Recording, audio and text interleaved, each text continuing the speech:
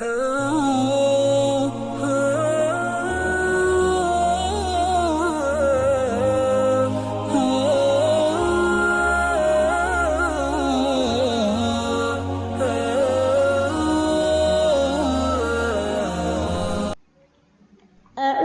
بالله من الشيطان الرجيم.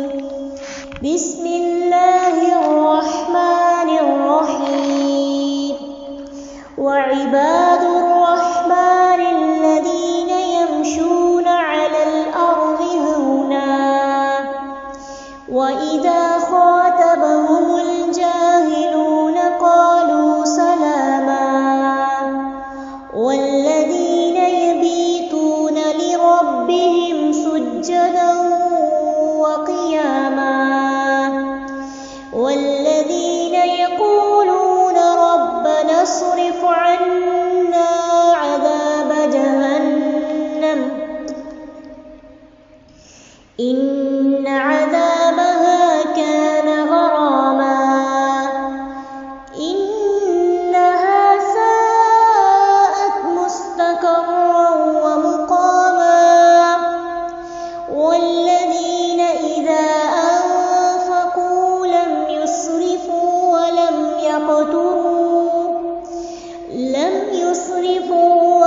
يقتروا وكان بين ذلك قواما.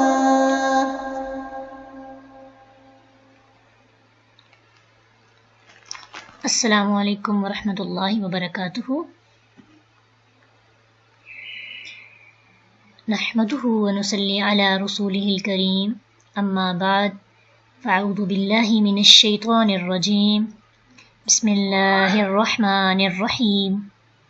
رب اشرح لی صدری ویسر لی امری واحلل عقدۃ من لسانی یفقہوا قولی. رب زدنی علما. اللهم ربنا زدنا علما. اللهم أرنا الحق حقا وارزقنا اتباعه وأرنا الباطل باطلا وارزقنا اجتنابه.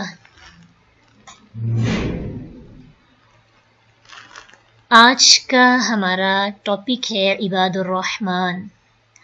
ہم سیکھیں گے اللہ کے بندے عباد الرحمن کون ہوتے ہیں. اور آج جو ہے نا ہم نے 6 چیزیں سیکھنی ہے، یعنی 6 ورڈز آپ سیکھیں گے، ان کو ہائی لائٹ کیجئے. عباد الرحمن، پھر سیکھیں گے ہونا، سلاما، سجدا و قیاما، پھر دعا سیکھیں گے یقولون ربنا، اور پھر انفقوا. اس پہ ڈسکشن کریں گے. اور جب لاسٹ پہ آپ سارا سیشن اٹینڈ کریں اور آپ کو یہ 6 ورڈ پر پوری ایک گرفت ہونی چاہیے، آپ کسی کو سکھا بھی سکیں، شیئر کر سکیں. تو سب سے پہلا ورڈ ہے عباد الرحمن. عباد عبد کی جمع ہے. اور عباد الرحمن کا مطلب کیا ہے؟ اگر ہمیں عباد عبد کی سمجھ آ جاتی ہے تو نیکسٹ جو بھی ہم کوالٹیز ان کی سیکھنے والے ہیں ان کو محسوس کرنا، ان کو آبزرو کرنا ہمارے لیے آسان ہو جاتا ہے. اور ایک چیز یاد رکھیے، رحمان یعنی اللہ کی رحمت کی وجہ سے یہ لوگ اللہ کے ساتھ نسبت جوڑے ہوئے ہیں. تو سب سے پہلے عباد، عبد ہونے کی 2 حیثیتیں ہیں. عبد ہونے کی پہلی حیثیت غلامی، یعنی ساری مخلوق اس میں آ جاتی ہے. ہاں وہ مسلمان ہیں، کافر ہیں، منافق ہیں، جاہل ہیں، علم والے ہیں،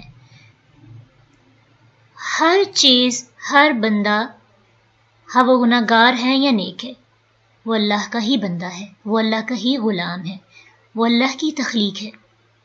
تو پہلی حیثیت عام حیثیت ہے، اوورآل سب اس میں آ جاتے ہیں، کوئی بھی چیز باقی نہیں رہتی. اور یہ سب کے سب بندے اللہ کے ہیں. اور قیامت کے دن آج تو کچھ لوگ اللہ کی بندگی کو نہیں مانتے، اللہ کی غلامی کو نہیں مانتے اور سمجھتے نہیں خود کو اللہ کا بندہ. تو قیامت کے دن تو سبھی بھاگے چلے آئیں گے اللہ کے بندے بن کر. ہر چیز اس دن جھک جائے گی اس کے سامنے. اس دن احساس ہو جائے گا انسانوں کو ہم واقعی اس کے غلام. دوسری حیثیت ان بندوں کی ہے، ان غلاموں کی ہے جو عبادت اور بندگی کے ذریعے غلامی کا حق ادا کرتے ہیں، جو خود کو واقعی اللہ کا بندہ سمجھتے ہیں. جو پہلی کیٹیگری کے لوگ ہیں ان میں سے کچھ تو خود کو اللہ کے بندہ سمجھتے ہیں، کچھ نہیں سمجھتے. اور جو دوسرے ہیں جو خاص بندے ہیں، جو واقعی اللہ کی بندگی میں ہیں، عبادات کے ذریعے قرب حاصل کرتے ہیں، ان کی دوسری حیثیت ہے، یعنی دوسری کیٹیگری کے لوگ ہیں. اور یہی اللہ کے خاص بندے ہیں، یہی اللہ کے خاص غلام ہیں جن کو اللہ نے اپنے ساتھ نسبت دی، عباد الرحمن. اور اس میں سب سے پہلے تو انبیاء آ جاتے ہیں، پھر اس کے بعد انبیاء کو ماننے والے، پھر اس کے بعد جن جن کے اندر یہ اوصاف پائے جاتے ہیں وہ عباد الرحمن کے انڈر آ جاتے ہیں. تو یہاں پہ خاص جو ٹاپک ہے یہ انہی لوگوں کا ہے، انہی لوگوں کے اوصاف بیان کیے گئے ہیں، انہی لوگوں کی خوبیاں اور صفتیں بیان کی گئی ہیں جو آج ہم نے سیکھنی ہے. کس لیے؟ تاکہ ہم بھی ان کے صف میں شامل ہو جائیں، تاکہ ہمیں بھی چن لیا جائے ان جیسے لوگوں میں شامل ہونے کے لیے. تو تیار ہیں سیکھنے کے لیے؟ دوسری حیثیت کس بندوں کی تھی؟ خاص بندوں کی، جو عبادت اور بندگی کے ذریعے اللہ تعالیٰ کا قرب حاصل کرتے ہیں. سمجھ آئیے؟ تو جب عباد الرحمن آپ کے مائنڈ میں آئے تو آپ نے فوراً اس کی دوسری حیثیت کو یاد کرنا کہ یہ اللہ کے خاص بندے ہیں جن کو اللہ نے اپنے ساتھ نسبت دی ہے، اپنے ساتھ جوڑا کہ یہ میرے بندے ہیں، رحمان کے بندے. یہاں پہ ایک اور چیز یاد رکھیے کہ ابھی ہم جتنی بھی کوالٹیز سیکھیں گے تو ان کوالٹیز کو اپنانا انسان کے بس کی بات نہیں ہے. رحمان لفظ کیوں استعمال ہوا ہے؟ کہ یہ بندے اللہ کی رحمت کی وجہ سے اللہ کے بندے بنتے ہیں. عبداللہ بھی تو آ سکتا تھا نا، عباد اللہ بھی آ سکتا تھا، لیکن عباد الرحمن آنے میں کیا حکمت ہے کہ ان کے اندر جو کوالٹیز ہیں جو بھی ہم لرن کرنے لگے ہیں اس کو اپنے اندر لانے کی کوشش بھی کریں گے. وہ کس کی رحمت سے ہے؟ اللہ کی. یعنی اگر اللہ آپ کو یہاں پہ لے کے آئے نا عباد الرحمن کو اٹینڈ کرنے کے لیے تو یہ آپ کا کمال نہیں ہے. خود کو شاباشی نہیں دیں، سب سے پہلے اللہ کا شکر ادا کریں کہ اللہ کی رحمت ہے کہ اس نے آپ کو چنا. اتنے زیادہ عدالت گڑھ کے اندر سیالکوٹ میں یا پوری دنیا میں کوئی بھی اٹینڈ کر سکتا ہے، لائیو آ سکتے ہیں، لیکن اللہ نے آپ کو سننے کی توفیق دی. آپ کا کمال نہیں، آپ کی کوئی خوبی ہوگی، آپ کے اندر کوئی شوق ہوگا، یا کبھی آپ نے دعا کی ہوگی، آپ کو اللہ تعالیٰ کو آپ کی وہ ادا پسند آئی، اللہ نے آپ کو چنا اور آپ کو نرم نرم بستروں سے نکال کر قرآن سیکھنے کے لیے بھیج دیا. تو سب سے پہلے کس کو شکر ادا کرنا ہے؟ اللہ کا. اللہ کی رحمت ہے کہ اس نے ہمیں کم از کم عباد الرحمن کے بارے میں بات کرنے والوں اور سننے والوں میں شامل تو کیا. اگر اس نے اتنی رحمت کر دیا تو ہم یہیں بیٹھ کے دعا کریں گے، وہ ہمیں ان کی صف میں شامل بھی کر دے گا انشاءاللہ. انشاءاللہ جب بھی آپ کوالٹیز پڑھیں نا نیک لوگوں کی یا ان بندوں کی جو اللہ کے قریبی ہیں تو اسی وقت اس مومنٹ پہ ہی اللہ سے دعا کیا کریں، اللہ مجھے ان بندوں میں شامل فرما لے. اب یہاں پہ نا یہ سورۃ الفرقان کے آخری رکوع سے ہم نے آیات لی ہیں عباد الرحمن کی. تو آپ کو پتہ ہے یہ اتنی زیادہ ان کی کوالٹیز اتنی پیاری پیاری ہیں کہ اگر ان پر بات کریں تو کم از کم ہمیں 4 لیکچرز کی ضرورت رہے گی. یعنی آپ کا ٹاپک تب کمپلیٹ ہوگا جب آپ یہ چاروں گروپس کو سمجھیں گے. یہاں پہ 4 قسم کی صفات بیان کی گئی ہیں عباد الرحمن کی. سب سے پہلی جو ان کی صفات ہیں وہ ہیں کہ ان کے اندر کتنی خوبصورتی ہے، ان کی باطن کی بات کی گئی ہے، ان کی دینی کمالات کا ذکر کیا گیا ہے، ان کی انر بیوٹی کو اللہ سبحانہ تعالیٰ نے قرآن کے اندر لکھا ہے، ان کی باطن کی بات ہوئی ہے. اس کا مطلب ہے کہ اللہ کا بندہ بننے کے لیے خوبصورت ہونا ضروری نہیں ہے، اندر کی خوبصورتی ضروری ہے. پھر دوسری جو قسم ہے ان کی خوبیوں کی، اس میں اللہ تعالیٰ نے بتایا کہ وہ اتنے خوبصورت کیوں ہیں، کیونکہ وہ ان چیزوں سے بچے ہوئے ہیں. کچھ ایسی برائیوں کا ذکر کیا جو ان کے اندر نہیں ہوتی. تیسری قسم کی جو صفات عباد الرحمن کی ہیں اس میں پھر اللہ نے بتایا کہ وہ صرف خوبصورت ہی نہیں ہے، اخلاق ہی نہیں ہے بس ان کے اندر دینی کمالات بھی ہیں، وہ اسلام کے احکامات کی پیروی بھی کرتے ہیں۔ اور چوتھی قسم ہے ان کے صفات کی کہ اتنا کچھ اندر سے بھی خوبصورت، برائیوں سے بھی بچے ہوئے ہیں اور دین پہ عمل بھی کرتے ہیں۔ اب کیا بچ جاتا ہے مزید؟ سوچیے کیا چیز رہ گئی ہے جو ان کے اندر اور پائی جاتی ہے؟ اور کیا ہونا چاہیے اللہ کا بندہ بننے کے لیے؟ ابھی بھی ان کا جی نہیں بڑھتا، ان کو لگتا ہے ہم گناہ گار ہیں، ان کو لگتا ہے ہماری اندر نیکیاں نہیں ہیں۔ وہ کیا کرتے ہیں؟ اللہ سے دعائیں، اس کا جو آخری پارٹ ہے نا اس میں وہ اللہ سے دعائیں مانگتے ہیں کہ وہ دنیا میں رہتے ہوئے مزید دین پہ عمل کر سکے، مزید اللہ کا قرب حاصل کر سکے۔ دیکھیں یہ اللہ کی محبت ایک ایسی پیاس ہے، جتنی بڑھتی جائے گی اتنا دل چاہے گا کہ اللہ کا قرب حاصل ہو۔ اگر ہمارا ایک نماز ہمیں بوجھ لگتی ہے، یہ قرآن سیکھنا ہمیں بوجھ لگتا ہے، ابھی قرآن کی مجلس سے آپ اٹھ کے جا رہے ہیں، آپ کو نئی مجلس کی چاہت پیدا نہیں ہوئی تو سمجھیے آپ اخلاص کے ساتھ آئے نہیں تھے۔ علم، قرآن کی محبت، اللہ کی محبت ایک ایسی چیز ہے کہ جتنی آپ اس کو اپنے اندر ڈالتے ہیں وہ مزید بڑھتی چلی جاتی ہے۔ یہ اپنے آپ کو چیک کرنے کا یعنی ایک پیمانہ ہے جس سے آپ خود کو چیک کر سکتے ہیں۔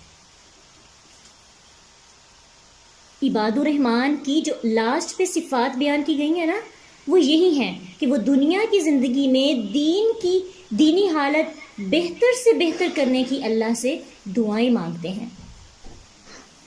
تو آج ہم نے صرف ایک قسم کی صفات کو ڈسکس کرنا ہے، ان کی انر بیوٹی کیا ہے، ان کے اندر کیسی خوبصورتی ہے کہ اللہ نے ان کو اپنی نسبت دے دی، اللہ نے ان کو اپنے ساتھ جوڑ دیا۔ کوئی ماں اپنے بچے کو کہے ہاں میری پیاری بیٹی یا میری بیٹی بات سنو تو کتنی اپنائیت محسوس ہوتی ہے۔ نام لے کر پکارنے سے یا اپنے ساتھ جوڑنے سے دونوں میں فرق ہوتا ہے، اپنائیت محسوس ہوتی ہے نا، فیل کرے۔ تو اسی طرح جو عباد الرحمن ہیں، اللہ کے بندے، رحمان کے بندے، اللہ کے دوست، اللہ نے ان کو اپنے ساتھ جوڑا، خاص لوگ۔ تو سیکھنے کے لیے ان کے اندر کی خوبصورتی دیکھنے کے لیے تیار ہے؟ سیکھیں گے، دیکھیں گے، پھر اس سیر کرنے کے بعد خود بھی ان کے اندر شامل ہوں گے انشاءاللہ۔ سیکھ اس لیے رہے ہیں، بس آپ کا ایک ہی مقصد ہونا چاہیے قرآن کو پڑھنے کا، سیکھنے کا۔ کوئی علم تو ہمارے پاس بہت زیادہ ہے، اللہ اب ہم چاہتے ہیں کہ ہم احتساب کریں۔ آج اگر آپ 6 باتیں بھی سیکھ جائیں گے نا تو نیکسٹ 15 ڈیز کے اندر ان 6 کو اپلائی کریں گے، یقین جانیں آپ کی آدھی زندگی بدل جائے گی۔ جب اندر بدل جائے گا، خود سوچیں کوئی پرابلمز رہیں گی؟ ہماری ساری جڑوں، برائیوں کی جڑیں کدھر ہوتی ہیں؟ انسان کے اندر ہوتی ہیں، انسان کی سوچ میں ہوتی ہیں، انسان کے تھنکنگ میں ہوتی ہیں، انسان کے دل میں ہوتی ہیں۔ دل ٹھیک ہو جائے، سوچ اچھی ہو جائے تو ساری برائیاں ختم ہو جاتی ہیں۔ تو بس اسی کو بہتر کرنا ہے، اور کیسے بہتر کرنا ہے؟ جیسے اللہ نے ہمیں سکھایا اور بتایا۔ سب سے پہلے کیا لکھا ہوا ہے؟ پڑھیے، وَعِبَادُ الرَّحْمَنِ الَّذِينَ يَمْشُونَ عَلَى الْأَرْضِ هَوْنًا۔ رحمان کے بندے کون ہیں؟ جو زمین پہ چلتے ہیں تو انتہائی عاجزی سے تواضع اختیار کرتے ہوئے چلتے ہیں۔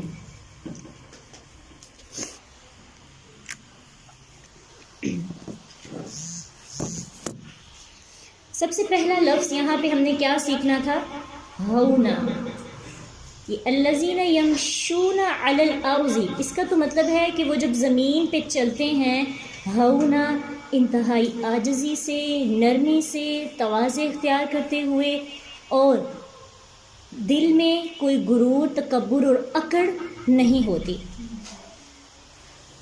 لقمان حکیم نے بھی اپنے بیٹے کو یہی وصیت کی تھی، وَلَا تَمْشِ فِي الْأَرْضِ مَرَحًا إِنَّ اللَّهَ لَا يُحِبُّ كُلَّ مُخْتَالٍ فَخُورٍ۔ زمین پر اکڑ کے نہ چلو، بے شک اللہ کسی اکڑنے والے، فخر کرنے والے سے محبت نہیں کرتا۔ تو پہلی ان کی خوبی کیا ہوتی ہے؟ ان کے اندر عاجزی ہوتی ہے، ان کے اندر نرمی ہوتی ہے، ان کے دل میں کسی قسم کا غرور اور فخر اور تکبر نہیں ہوتا۔ اب سب سے پہلے نا ایک چیز ہم نے دیکھنی ہے، نرمی کی چال سے مراد کیسی چال ہے؟ بیماروں کی طرح چلنا، مریضوں کی طرح چلنا، جسم کو لٹکا لٹکا کر، کندھے نیچے کر کے آہستہ آہستہ آہستہ آہستہ چلنا، جیسے کہ بزرگ چلتے ہیں، یہ والی چال نہیں مراد یہاں پہ. اس چال سے تو منع کیا گیا ہے، یہ تو ریاکاری ہے. اللہ کے نبی ایسے نہیں چلتے تھے. اللہ کے رسول صلی اللہ علیہ وسلم جب چلتے تو کیسے چلتے؟ گویا کے ڈہلوان کی طرف اتر رہے ہیں. جیسے پہاڑ سے نیچے اترتے ہیں نا تو تیزی تیزی سے اترتے ہیں، تو اللہ کے نبی تو ایسے چلتے تھے.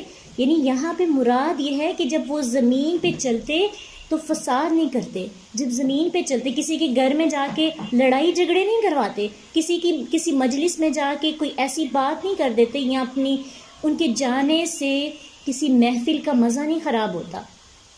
یا پھر وہ رستے میں چلتے ہیں تو کوئی ان کو ملتا ہے تو خوش اخلاقی سے اس سے بات کرتے ہیں. آپ کو پتہ ہے جب ہم چل رہے ہوں راہ میں تو ہمیں کوئی ملتا ہے، اگر تو وہ بندہ ہم سے تھوڑا اونچے درجے کا ہے پھر تو ہم رک کر اس کو سلام کریں گے.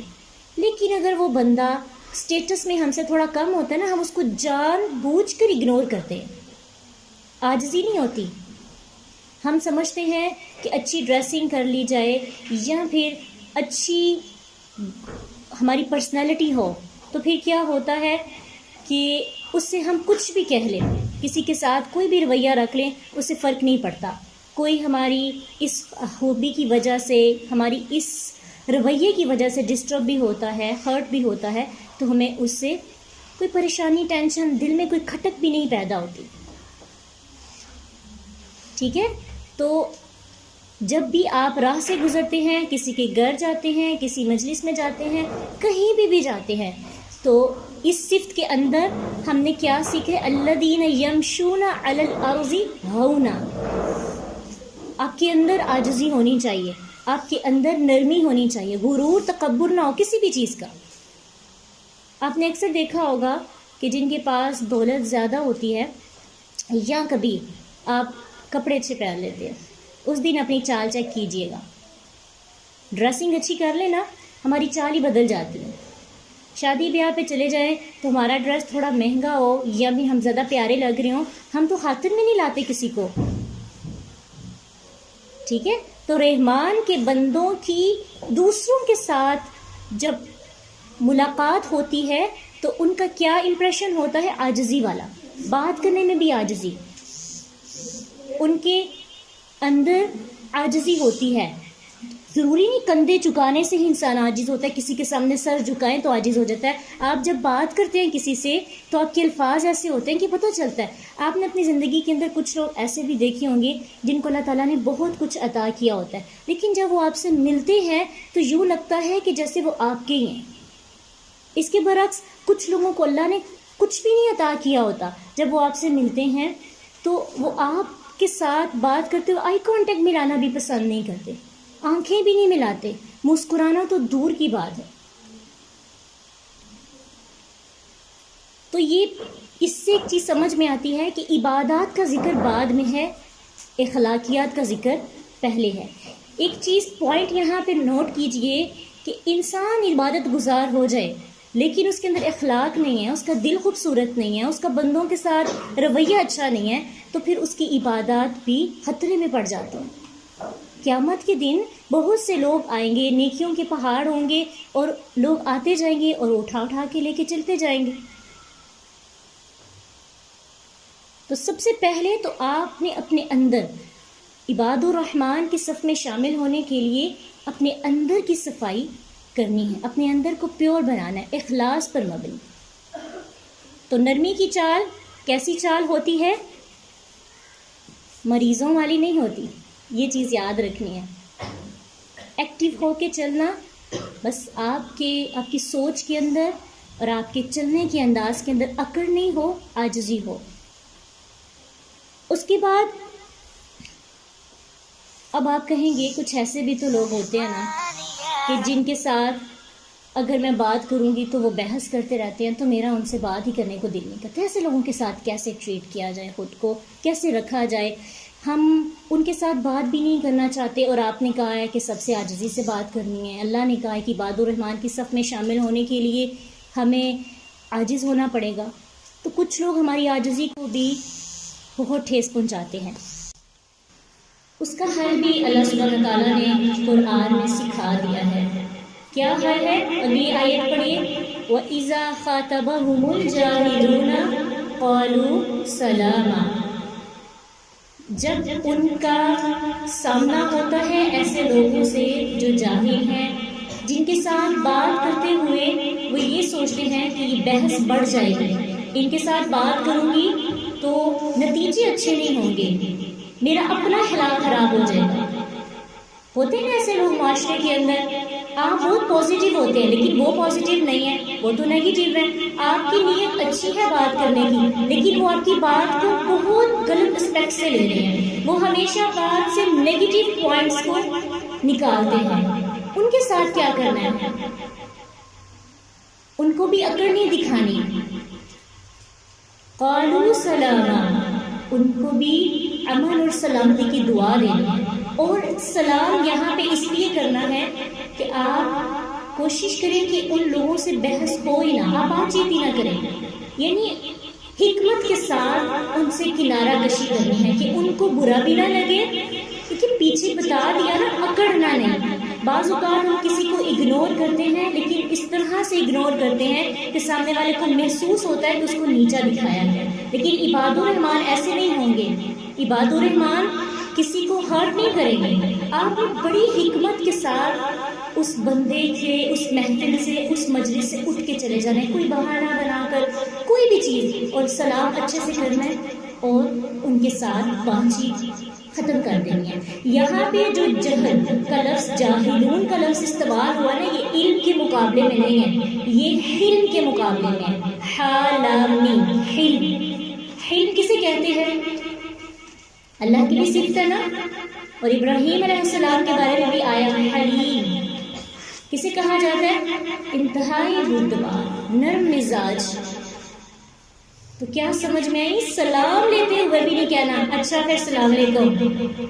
تمہارے ساتھ تو بحث کرنے کا کوئی فائدہ ہی نہیں، تمہارے سے تو بات کرنا ہی فضول ہے. ہرٹ کر دیا نا، تو عباد الرحمان تو ہرٹ کرتے ہی نہیں کسی کو. حکمت کے ساتھ، محبت کے ساتھ ان کو ایسی سلام کرنی ہے کہ آپ کا مقصد یہ ہو کہ بحث نہ بڑھے، میری طرف سے کوئی موقع نہ ملے بات آگے بڑھنے کا. تو زندگی کے اندر دو طرح کے لوگوں سے ملاقات ہوگی، اچھوں سے بھی بروں سے بھی. اچھوں کے ساتھ ٹریٹ کرنا بھی اللہ نے سکھا دیا، بروں کے ساتھ ٹریٹ کرنا بھی اللہ نے سکھا دیا. وَإِذَا خَاطَبَهُمُ الْجَاهِلُونَ قَالُوا سَلَامًا. تو ہاں وہ لوگ آپ کے گھر کے اندر ہو، ہاں وہ آپ کی اولاد میں سے ہو، ہاں وہ آپ کے پیرنٹس ہو، ہاں وہ آپ کا لائف پارٹنر ہو، ہاں وہ آپ کی مدر ان لا یا فادر ان لا ہو. ٹھیک ہے، سوچ نہیں نا میچ ہوتی ہر ایک کے ساتھ. ہماری سوچ کچھ اور ہے، سامنے والے کی سوچ کچھ اور ہے. بعض اوقات دینی معاملات کے اندر ہی بحث شروع ہو جاتی ہے. تو اس وقت ہم نے صرف اور صرف یہ چیز سوچنی ہے کہ اللہ نے مجھے طریقہ کیا سکھایا، میں نے ان کے ساتھ بھی بحث نہیں کرنی. اب قیامت کے دن جب اللہ ہمیں کٹہرے میں کھڑے کریں گے تو ہم یہ نہیں کہیں گے اللہ فلاں نے بھی تو اتنی باتیں کی تھی، اگر میں نے یہ کر دی تو کیا ہو گیا. اللہ نے کہنا ہے آپ کو طریقہ سکھایا تھا عباد الرحمان کی صف میں شامل ہونے کا. قالوا سلاما، سلام کہو اور اپنے کام کرنا شروع کر دو. لیکن ہم بھی باتوں کے ساتھ چپک جاتے ہیں جب تک اگلے بندے کو اتنی باتیں نہیں سنا لیتے جتنی اس نے سنائی ہوتی ہیں، ہمیں سکون نہیں ملتا. آپ کو پتہ ہے بعض اوقات ہم وہ محفل مسجد چھوڑ کے چلے جاتے ہیں، تھوڑی دیر بعد ہمارے دل کو کچھ ہو رہا ہوتا ہے، یہ بات کہنی چاہیے تھی اس کو.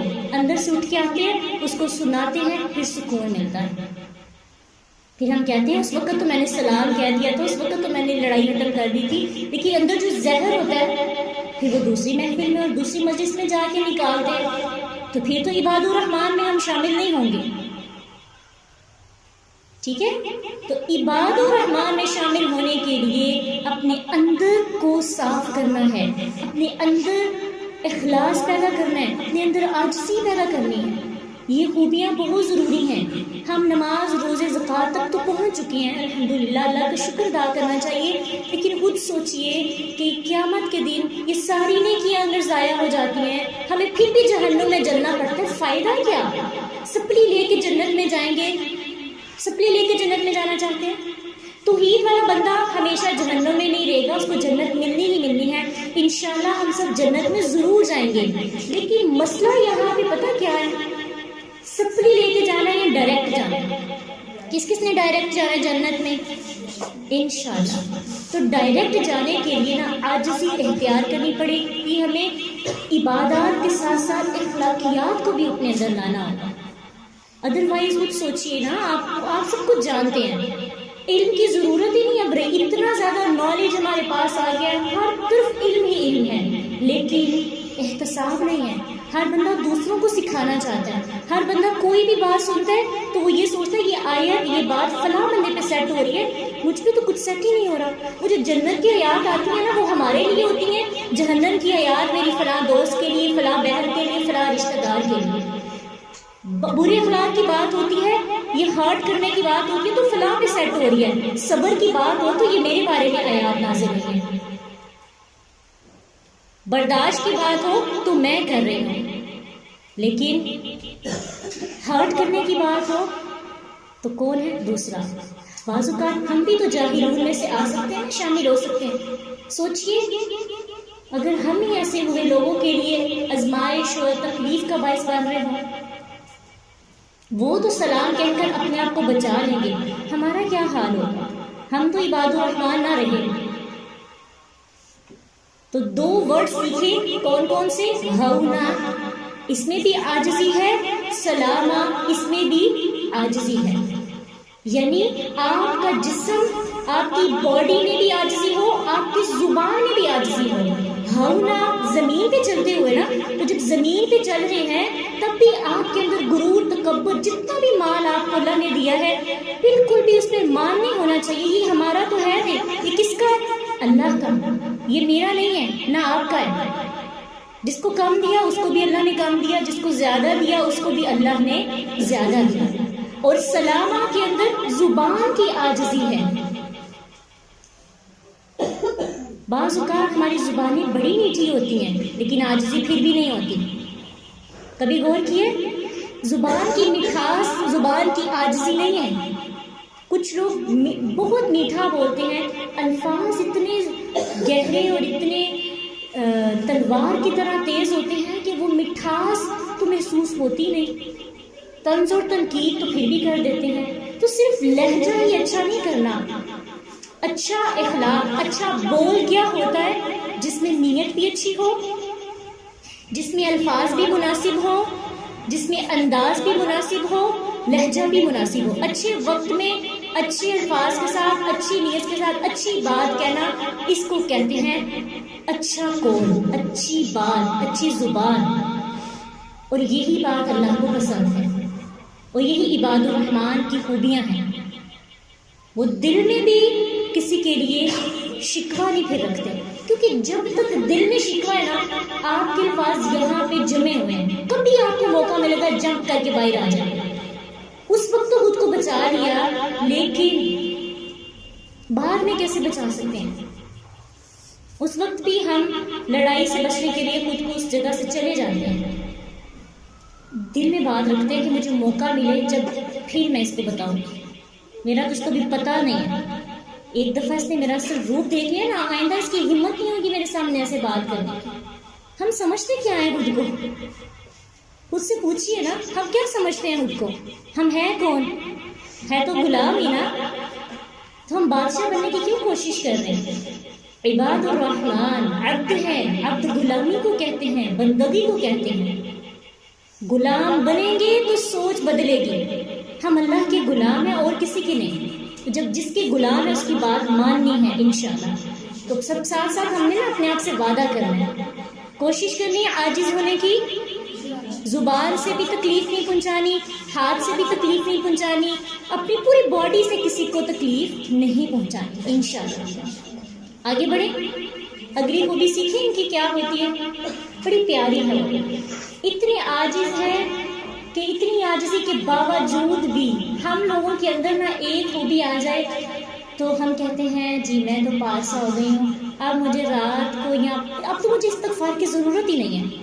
آپ کو پتہ ہے جب نیا نیا کوئی عمل شروع کرتے ہیں تو کچھ دنوں کے بعد ہمیں لگنا شروع ہو جاتا ہے میں توبہ کس چیز پہ کروں، معافی کس چیز کی مانگوں، میرے اندر تو کوئی غلطی نہیں ہے۔ بعض اوقات انسان کو اپنی غلطیاں ہی نظر نہیں آتی، یعنی میں قرآن بھی بہت پڑھ رہی ہوں، قرآن سیکھ رہی ہوں، قرآن سکھا رہی ہوں، لوگوں کے ساتھ شیئرنگ بھی کر رہی ہوں، میری ہاتھ زبان سے کوئی تنگ بھی نہیں ہے، نمازیں بھی میری پوری ہیں، روزے بھی میرے پورے ہیں، کسی کو میرے سے گرا بھی نہیں، میرے اندر کیا برائی ہو سکتی ہے، کون سا ایسا گناہ ہو سکتا ہے کہ مجھے اللہ کی اور عبادت کرنی چاہیے، راتوں کو بھی جاگنا چاہیے۔ عباد الرحمان کا جی نہیں بھرتا، نیکیوں میں آگے آگے بڑھتے جاتے ہیں۔ اللہ سبحانہ تعالیٰ فرماتے ہیں والذین یبیتون لربہم سجدا وقیاما، کیا کرتے ہیں؟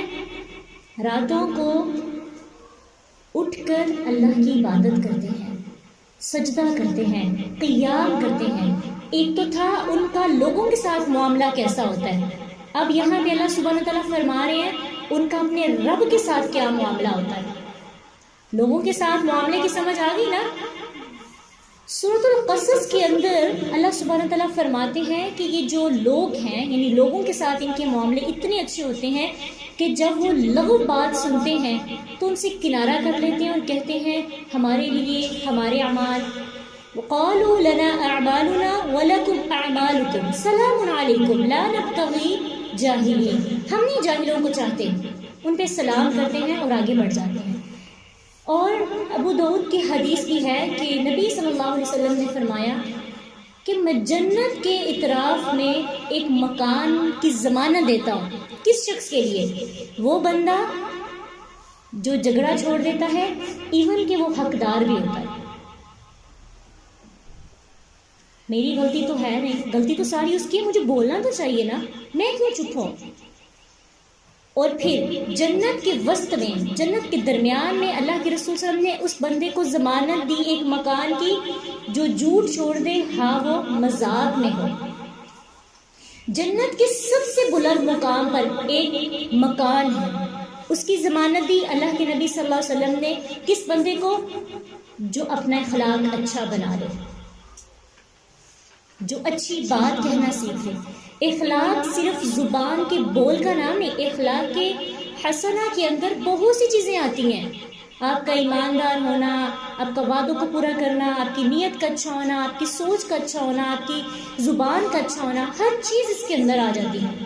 تو جنت کا سب سے اوپر والا درجہ حاصل کرنے کے لیے تہجد گزار بننا کے لیے نہیں کہا گیا، کیا کہا گیا ہے؟ اخلاق اچھا کر۔ تم میں سے بہترین وہ ہے جس کا اخلاق سب سے اچھا ہے۔ اپنے اخلاق پہ غور کیجئے نا، آج آتے وقت کس کس سے لڑ کے آئے ہیں، جھگڑ کے آئے ہیں، کس کس کو تکلیف پہنچا کے آئے ہیں۔ ہم نیک مجلسوں میں بھی جاتے ہیں لیکن انداز اچھے نہیں ہوتے۔ تو یہ ہوتا ہے عباد الرحمن کا اللہ کے بندوں کے ساتھ معاملہ۔ اب اگلی جو آیت ہے اس کے اندر اپنے رب کے ساتھ ان کا معاملہ کیسے ہوتا ہے۔ حسن بصری رحمہ اللہ فرماتے ہیں کہ پچھلی آیت میں ان کے دن کا ذکر ہے کہ وہ دن میں کیسے کام کرتے ہیں، دن میں لوگوں کے ساتھ تعلقات آتے ہیں نا ہمارے، اور رات کو ہم تنہا ہو جاتے ہیں۔ اب رات کو تنہائی میں وہ یوٹیوب تو نہیں استعمال کرتے، ڈرامے فلمیں دیکھ کر اپنا وقت تو نہیں گزارتے۔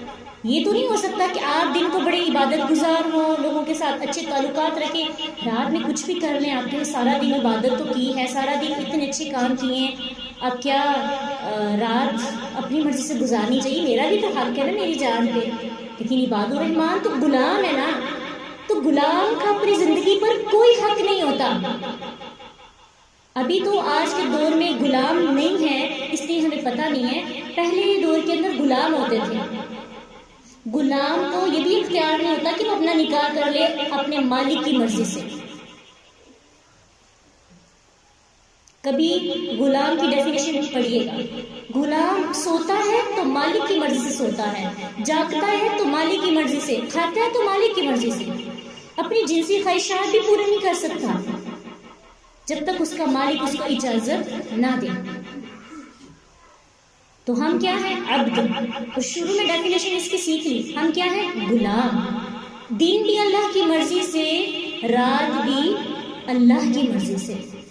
اب ہم نے اگر 5 وقت تلاوت کر لی ہے ہر نماز کے ساتھ، اذکار بھی کر لی ہیں، تو کیا ہمیں یہ حق مل گیا کہ ہم اپنی ساری رات ضائع کر دیں؟ اس کا مطلب ہے کہ ہم ابھی ہی بدلا چاہتے ہیں کہ اب ہم نے قربانی دی ہے، صبح قربانی دی ہے، رات کو ہمیں اس کا پھل بھی مل جائے. یعنی جنت تک جانے کا انتظار ہی نہیں ہم سے ہو رہا. ہم ہمیشہ وہ کام کرتے ہیں جس کا بدلہ ہمیں بڑی جلدی ملتا ہے. اس لیے ہمیں انتظار کرنا ہوگا. جتنا لمبا انتظار ہوگا اتنا پھل اچھا ہوگا. وَالَّذِينَ يَبِيتُونَ لِرَبِّهِمْ سُجَّدًا وَقِيَامًا. ان کی رات کیسی ہوتی ہے؟ قیام کرتے ہیں، اللہ کے سامنے کھڑے ہو جاتے ہیں، کبھی سجدے کرتے ہیں، کبھی رکوع کرتے ہیں. اور آپ کو پتہ ہے اپنے جو بچے ہیں مرد باجماعت نماز ادا کرنے والے، اتنی بڑی خوشخبری میں جب کل یہ حدیث پڑھی تھی تو خود ساختہ میری زبان سے اللہ کی تعریف میرا دل کر رہا تھا بہت زیادہ کروں کہ اللہ سبحانہ تعالیٰ نے اتنے چھوٹے چھوٹے اعمال کے اندر اتنا بڑا اجر رکھ دیا. ہم اپنے بچوں کو ابھی سے عادت ڈالیں باجماعت نماز ادا کرنے کی.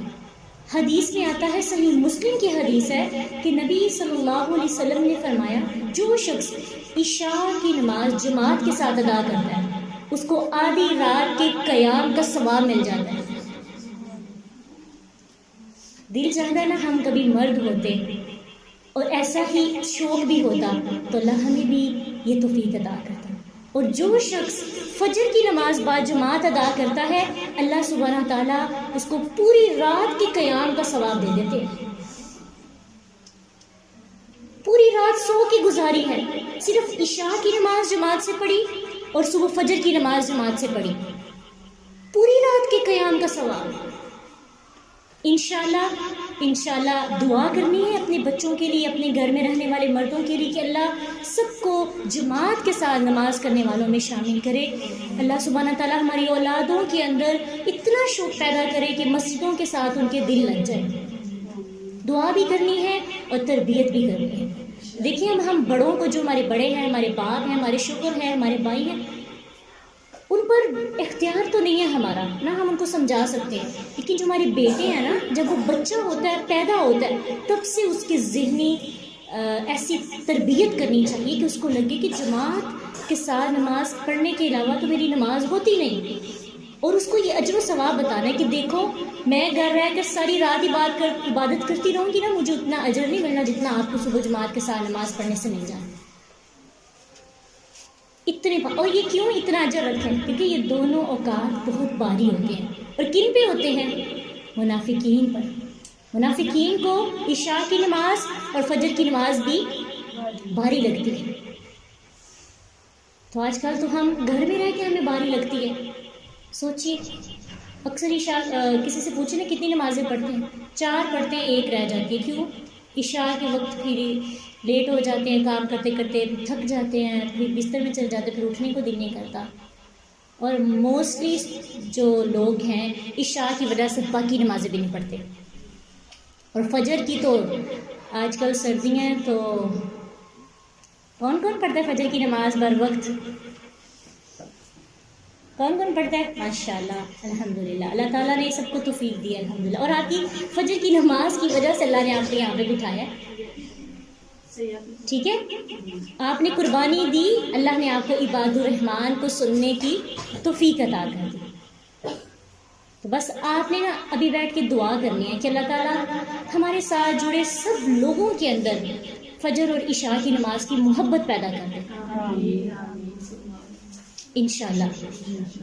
تو عباد الرحمن کی دوسری صفت کے بعد جو تیسری چیز ہے، ایک تو تھا ان کا لوگوں کے ساتھ معاملہ، وہ بھی اچھا عاجزی، اور اللہ کے ساتھ معاملہ بھی ان کا نمبر 1 ہوتا ہے.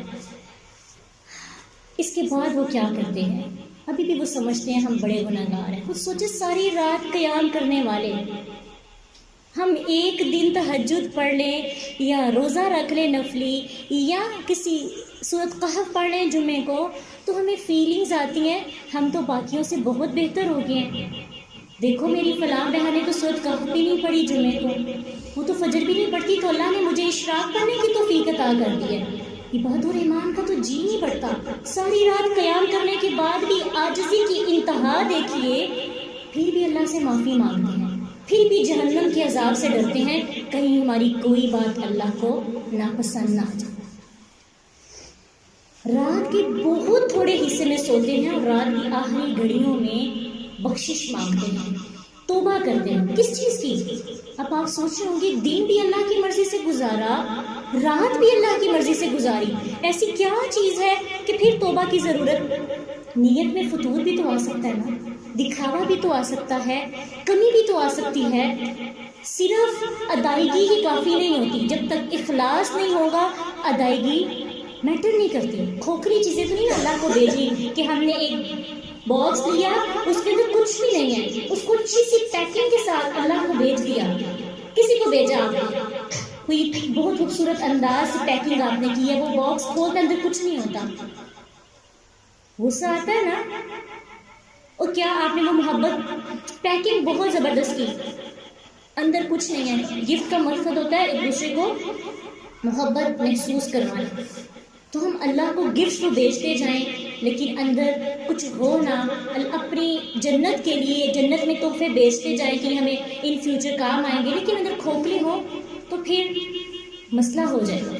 اس لیے وہ کیا کرتے ہیں، ساتھ ساتھ توبہ کرتے رہتے ہیں کہ ہم سے جو قبولیت میں یا ادائیگی میں کمی بیشی ہو گئی ہے اللہ ہمیں معاف کر دے. اور ویسے بھی اللہ کو بخشش مانگنے والے بندے بہت پسند ہیں، اللہ تعالیٰ ایسے لوگوں کو بہت پسند کرتے ہیں. یہ لوگ کیا دعا کرتے ہیں، ربنا اصرف عنا عذاب جہنم، اے اللہ ہمیں جہنم کے عذاب سے بچا دے، اے اللہ ہمیں جہنم کی آگ سے بچا دے. اللہم انی اسألک الجنت واعوذ بک من النار، اللہم انی اسألک الجنت واعوذ بک من النار، اللہم انی اسألک الجنت واعوذ بک من النار. اللہ سے جنت کا سوال کیا کریں، جہنم سے بچنے کی دعائیں کیا کریں. ایک لمحے کے لیے سوچئے، اپنی دعاؤں پہ غور کریں. دنیا مانگ رہے ہیں، جہنم سے بچنے کی دعائیں کتنی ہوتی ہیں، کتنی % دعائیں ہیں. ابھی چلے اس ویک کے اندر آپ نے کتنی بار اللہ تعالیٰ سے شعوری طور پر جہنم سے بچنے کی دعا کی؟ اس کا مطلب ہے ہم خود کو پارسا سمجھتے ہیں، ہم خود کو بہت نیک سمجھتے ہیں. ہم سمجھتے ہیں ہمارے سے تو غلطیاں ہوتی نہیں، ہم جتنے بھی شریف ہو جائیں، ہمارا دل جتنا بھی پاک کیوں نہ ہو جائے، ہم ہے تو انسان ہے نا، ہم فرشتہ تو نہیں، لاشعوری طور پر بھی تو مسٹیکس ہو سکتی ہیں. تو عباد الرحمن دیکھیں کتنی اعلیٰ کوالٹیز ہیں ان کے اندر، اور عاجزی کی انتہا دیکھیں. ابھی بھی جہنم میں جانے سے خوف محسوس کرتے ہیں، خطرہ ہے کہ کہیں جہنم میں نہ چلے جائیں. ان عذابها کان غراما، بے شک اس کا عذاب ایسا ہے جو چمٹ جانے والا ہے. جب چمٹ جاتی نا کوئی چیز، اس کو اتارنا کتنا مشکل ہوتا ہے. آپ کے پاس کچھ بھی ہو، جہنم کا عذاب جب آپ کو چمٹے گا تو کیا ہوگا، کوئی بھی اسے ہمیں چھڑا نہیں سکتا. ابھی کچھ دن پہلے ہم تفسیر کے اندر آیات پڑھے تھے جہنم کی، اتنی ایسے دل ہلا دینے والی کہ جہنمیوں کو ایسی پیپ سے نکلتا ہوا پانی پلایا جائے گا، اتنا گرم ہوگا کہ جب وہ کوئی پیے گا تو اس کے اندر سے سارے انتڑیاں نکل کے باہر آ جائیں گے. یہ تو ایک عذاب ہے نا، ایسے بہت سے عذاب ہیں. تو اللہ تعالیٰ سے ہمیں لگتا ہے ہمیں مرنا ہی نہیں. سب سے پہلی بات یہ ہے، ہمیں لگتا ہے ہم نے نہیں مرنا. پہلے زمانوں کے اندر جب پہلا وقت تھا نا، تب ہمارے گھروں کے اندر آگے سے جنازے جاتے تھے تو کچھ لمحوں تک، کچھ گھنٹوں تک کیفیت ہی چینج ہو جاتی تھی. اتنی کیفیت ایسی ہو جاتی تھی کہ بس ایسے ہماری بھی موت آنے والی ہے. اب ہم اپنے گھروں کے اندر سے جنازے اٹھاتے ہیں، لیکن دوسرے لمحے ہمارے کہہ کے نہیں رک رہے ہوتے. اسی لیے تو اللہ کے رسول صلی اللہ علیہ وسلم نے کہا نا کہ اگر آپ کو پتہ چل جائے عذاب کے بارے میں جو میں جانتا ہوں تو تمہارا ہنسنا کم ہو جائے اور رونا زیادہ ہو جائے. تو اللہ سبحانہ تعالیٰ سے دعائیں بھی کرنی ہیں. کس چیز کی؟ اپنے گناہوں کی معافی کی دعائیں مانگنی ہیں. ساری عباد الرحمن کی ساری صفات آپ کو عاجزی والی نظر آ رہی ہیں. بندوں کے ساتھ بھی عاجزی، رب کے معاملے میں بھی عاجزی، اور اپنے معاملے میں بھی عاجزی. خود پر بھی فخر نہیں کرتے، یہ بھی نہیں سمجھتے کہ میں نے اتنے زیادہ اعمال کر لیے یہ مجھے کافی ہو جائے گی. آپ کو پتہ ہے اگر اللہ سبحانہ تعالیٰ ہمارا حساب کریں ہم میں سے کوئی بھی جنت میں نہیں جا سکتا.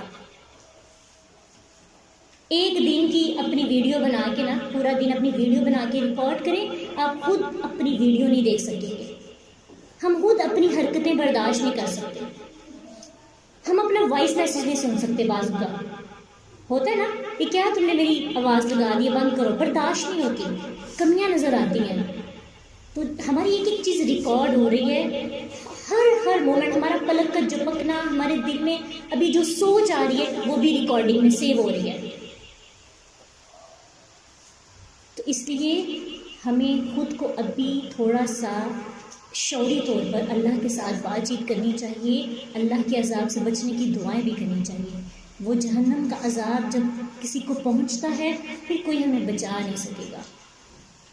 تو انشاءاللہ اپنی دعاؤں کے اندر یہ جو دعا اللہم انی اسألک الجنۃ واعوذ بک من النار آپ سب کو آتی ہے؟ پڑھیے ایک دفعہ.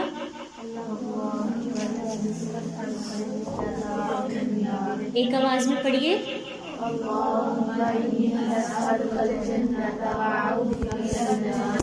ہاں جی، یہ دعا آپ 3 دفعہ جب کبھی اس طرح کی فیلنگز آپ کو آ رہی ہوتے ہیں یہ ضرور پڑھا کریں کہ اللہ ہم تجھ سے جنت کا سوال کرتے ہیں اور جہنم کے عذاب سے بچنے کی دعائیں کرتے ہیں. اگر کوئی بندہ جنت میں چلا جائے گا تو وہ اللہ کی رحمت سے جائے گا، کیونکہ اگر حساب ہو جائے تو پھر ہمارے گناہ بہت زیادہ ہے. ہماری تو سوچیں اتنی نیگیٹو ہو گئی ہیں، ہم چپ ہو کر بھی جڑیں کاٹنے والے ہیں. زبان ہماری بڑی بند ہوتی ہے لیکن ہماری کسی کے ساتھ اندر سے دوستی نہیں ہوتی. ہم لوگوں کو برا بھلا نہیں کہہ رہے ہوتے لیکن اکیلے بیٹھ کے سوچتے رہتے ہیں ان کے بارے میں برا. تو عباد الرحمن کی سوچ بھی خوبصورت ہوتی ہے، ان کی عبادت بھی خوبصورت ہوتی ہے، ان کی دعائیں بھی خوبصورت ہوتی ہیں. تو آج کی خوبصورت دعا کیا ہے کہ ہمیں جنت مل جائے اور جہنم ہم سے کوسوں دور چلی جائے. دعا کے ساتھ ساتھ عمل بھی کرنا ہے. انہا ساءت مستقرا و مقاما. اب جو مستقر ہے نا، ٹھہرنے کی جگہ، یہ ہے گناہ گار مسلمانوں کے لیے. یعنی وہ کچھ دیر جہنم میں ٹھہریں گے، پھر ان کو ان کی توحید کی وجہ سے، ان کی نمازوں کی وجہ سے، ان کے اچھے کاموں کی وجہ سے ان کو جہنم سے نکال دیا جائے گا. اگر ہم مشرک نہیں ہیں تو جہنم سے انشاءاللہ اللہ کے فضل اور رحمت سے ہمیں نکال دیا جائے گا اگر ہماری مسٹیکس ہیں. ان کا عذاب جب ہم بھگت لیں گے.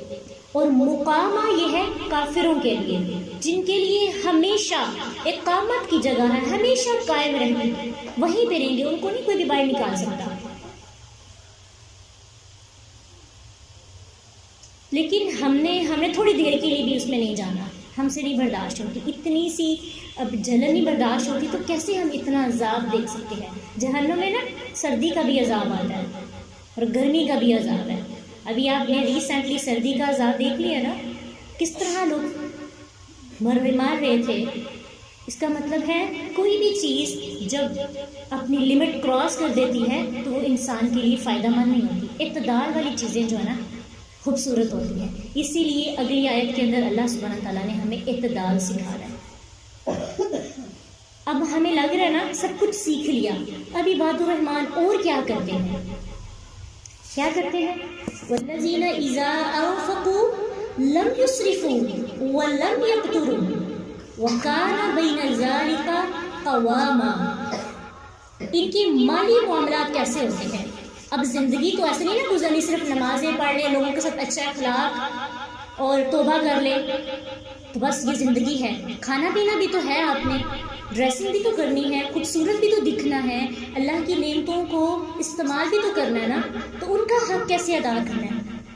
کیونکہ اسلام کے اندر رہبانیت کو پسند نہیں کیا گیا کہ آپ جنگلوں میں نکل جائیں، وہاں جا کے عبادت کرتے رہے تو یہ دین ہے۔ اسلام کہتے ہیں دنیا کے اندر رہ کر دین پہ عمل کرو۔ دین اور دنیا الگ چیز ہے ہی نہیں۔ دنیا ایک ایگزامینیشن ہال ہے اور دین اس پیپر کو حل کرنے کے فارمولے ہیں، اس کے کوشچنز ہیں جو آنسرز اللہ نے ہمیں دیے ہیں۔ تو جو اس کو نہیں پڑھتا اس کے سوال سارے غلط ہو جاتے ہیں، جو ان کو پڑھ کر سوال بہتر طریقے سے حل کرتا ہے وہ پاس ہو جاتا ہے۔ تو دین اور دنیا کوئی الگ نہیں۔ مجھے یاد ہے کہ جب ہم اسکول لیول میں تھے تو ہمارے ایک ٹیچر تھے، وہ گائیڈ کرتے تھے کہ انسان کی ایک آنکھ دنیا کی طرف ہونی چاہیے اور ایک دین کی طرف۔ اس وقت مجھے سمجھ نہیں آئی تھی اس بات کی، تو ظاہری بات ہے انسان بچہ ہوتا ہے اور اتنی خاص سمجھ نہیں آتی، لیکن یہ بات ان کی ٹھیک نہیں تھی کہ انسان آدھا دین پہ عمل کرے اور آدھا دنیا پہ۔ اللہ سبحانہ تعالیٰ تو کہتے ہیں یا ایھا الذین آمنوا ادخلوا فی السلم کافہ، اے ایمان والو پورے کے پورے دین میں داخل ہو۔ اللہ کو ادھورا دین نہیں پسند۔ کچھ ایسی چیزیں ہیں جن کو ہم چھوڑ نہیں سکتے، ہاں ان کے اندر کمی بیشی ہو جائے، کوئی رہ جائے، کوئی بھی کام نہیں ہم کر پا رہے، توبہ کریں، استغفار کریں، اس کو اپنی کمزوری سمجھیں۔ لیکن آپ نے سیٹ کر لیا کہ یہ باؤنڈری لگا دی ہے، اتنے کام میں نے دین والے کرنے ہیں، اتنے دنیا والے کرنے ہیں، تو پھر یہ قابل قبول نہیں چیزیں ہوتی۔ ہم نے پورے کا پورا انشاءاللہ دین کے اندر داخل ہونا۔ تو اب معاملات سیکھیں گے کہ ان کے مالی معاملات کیسے ہوتے ہیں، وہ اپنے مال کو کیسے خرچ کرتے ہیں۔ اللہ سبحانہ تعالیٰ نے تھوڑا دیا ہے یا زیادہ، خرچ تو کرنا ہی ہے۔ کھانے پینے کے بغیر رہ سکتے ہیں؟ آج پیسے کے بغیر آپ زندگی گزار سکتے ہیں؟ بالکل بھی نہیں نا۔ آج تو پیسے کی پوجا ہو رہی ہے۔ آج کے دور میں تو پیسہ ہر چیز کو سمجھا جاتا ہے، لیکن عباد الرحمن کی بھی ان معاملات کے اندر کچھ صفات ہوتی ہیں، وہ بھی امیر ہو سکتے ہیں۔ اس کا مطلب یہ بالکل بھی نہیں ہے کہ عباد الرحمن کے پاس مال نہیں ہوتا۔ ایسے طاقتور مومن کمزور مومن سے زیادہ بہتر ہے کہ اگر آپ ایسے مومن ہیں، آپ کے پاس دولت زیادہ ہے اور پھر بھی آپ اللہ کے احکامات کی پیروی کرتے ہیں، اچھا استقبال کرتے ہیں، اکڑ غرور تکبر نہیں ہے۔ یہ چیز دیکھیے کہ جو زیادہ امیر ہوگا اسے زیادہ عاجزی کی ضرورت ہوگی۔ یعنی اگر کوئی زیادہ مال و دولت والا ہے اور اس کے اندر وہ عباد الرحمن کی صفات کو زیادہ اچھے طریقے سے اپلائی کر سکتا ہے، کیونکہ جس کا معاشرے میں اسٹیٹس آگے ہی تھوڑا نارمل ہے، وہ تو پہلی بڑا عاجزی کے ساتھ چلتا ہے۔ لوگ تو اسے جینے ہی نہیں دیتے، اس کو تو اکڑنے کا موقع ہی نہیں ملتا۔ وہ کس کے سامنے اکڑے، کس کو اپنی اکڑ دکھائے؟ یہ جو اکڑ اور غرور اور تکبر ہے نا، یہ آتا ہی ان کے پاس ہے جن کے پاس چند پیسے آ جاتے ہیں، جن کے پاس کوئی ڈگری آ جاتی ہے، کوئی سیٹ مل جاتی ہے، کوئی کرسی ان کو دے دی جاتی ہے۔ اس لیے اب آتے ہیں ان لوگوں کے پاس جن کے پاس دولت ہے، نہ تھوڑی ہے زیادہ ہے، اور آپ یہ نہ سمجھیں کہ یہ میرے ماں باپ کے لیے آیت آنے والی ہے، ان کے پاس مال ہے، میرے پاس تو کچھ نہیں، مجھے تو پاکٹ منی ملتی ہے۔ کپڑے خریدنے کا شوق ہے، کس کو ڈریسنگ کا شوق ہے؟ بس اتنے کم لوگوں کو، بہت افسوس ہے۔ آپ سب کپڑے پہن کے آئے ہیں، کس کو شوق ہے ڈریسنگ کا؟ دیکھیں شرمانے والی بات نہیں ہے، سب کو ہی شوق ہوتا ہے۔ اور جوتے لینے کا، میک اپ خریدنے کا، اور اسکارف خریدنے کا، جیولری خریدنے کا کس کو شوق ہے؟ ٹھیک ہے جی، بیگز بھی ہونے چاہیے، ٹھیک ہے۔ اور گھر والی جو ماشاءاللہ جن کا نیا گھر بنتا ہے، اس کو ڈیکوریشن کرنے کا زیادہ سے زیادہ، جتنی ڈیکوریشن کریں اتنی کم، اس کا کس کو شوق ہے؟ جس کے گھر میں کوئی چیز دیکھا یہ ہمارے گھر میں بھی ہونی چاہیے، ایسی بات ہے نا۔ یہ جیلسی نہیں ہوتی، لیکن ریلیز تو کہہ سکتے ہیں نا، ضرورت نہیں ہے، اس کے گھر میں ہے تو میرے گھر میں بھی ہونی چاہیے، میں کیوں ضرور لے آتی ہوں گھر میں۔ یہ ہم نے ایک نیا فارمولہ ایجاد کیا ہے، اپنی خواہشات کو روکنا نہیں، اپنے آپ کو اطمینان دینا ہے، جلنے سے بہتر ہے خرید لو۔ 2-4 دن گوشت ہم کھا لیں گے لیکن اپنی خواہش تو پوری ہو جائے گی. میں رات کو روز سوچتی رہتی ہوں, یہ میں نے اس کے گھر میں دیکھا کہ مجھے یہ چیز بڑی اٹریکٹ کی تھی. ایسے ہی کام کرتے ہیں نا. اور ماشاء اللہ سے اسٹوڈنٹس جو ہیں, اگر کسی کا بیگ اچھا ہے, اپنا بیگ اچھا ہے, تو کسی کا دوسری کا بیگ اچھا لگے تو اسی دن جا کے اپنے بیگ کی کوئی ضد خراب کر دیتے ہیں تاکہ نیا بیگ ملے اور اس کی طرح کا بیگ ملے. یہ ساری چیزیں ہمارے اندر ہے, ضرورت نہیں ہے لیکن پھر بھی ہم یہ سب کام کرتے ہیں. تو پھر یاد رکھیے عباد الرحمن میں شامل نہیں آ سکتے. یہ جو آخری چیز ہم سیکھنے لگے ہیں نا, اگر اس چیز پہ کنٹرول نہیں کریں گے تو پچھلی چیزیں نہیں آ سکتی. جو جتنا زیادہ خریدیں گے آپ کے اندر اتنا زیادہ تکبر آئے گا. ٹھیک ہے, یہ بھی نہیں ہے کہ سب چیزیں خریدنی نہیں ہیں, بالکل ایسی بات نہیں ہے. اللہ سبحانہ تعالیٰ نے انسان کو ہمیشہ بڑی خوبصورت باتیں سکھائی ہیں. والذین اذا انفقوا لم یسرفوا ولم یقتروا. وہ زیادتی بھی نہیں کرتے اور کمی بھی نہیں کرتے, اسراف نہیں کرتے. اسراف کے اندر 2 چیزیں آتی ہیں. پہلی چیز ہے ضرورت اور طاقت سے زیادہ خرچ کرنا. آپ کو ضرورت نہیں ہے, آپ کو کوئی فنکشن آ جاتا ہے, آپ کے پاس اچھا خاصا ڈریس ہے, لیکن آپ نے کہا میں نے نیا لینا ہے تو لینا ہی لینا ہے. اگر میری کزن کا 20,000 کا ہے تو میرا 22 کا بھی ہو جائے تو چلے گا, لیکن اس سے زیادہ ہونا چاہیے. برائڈل ہے کوئی, ٹھیک ہے, برائڈل بننے کا تو شوق ہے نا, تو تب کے لیے بھی ہماری بڑی اونچی سوچیں ہوتی ہیں.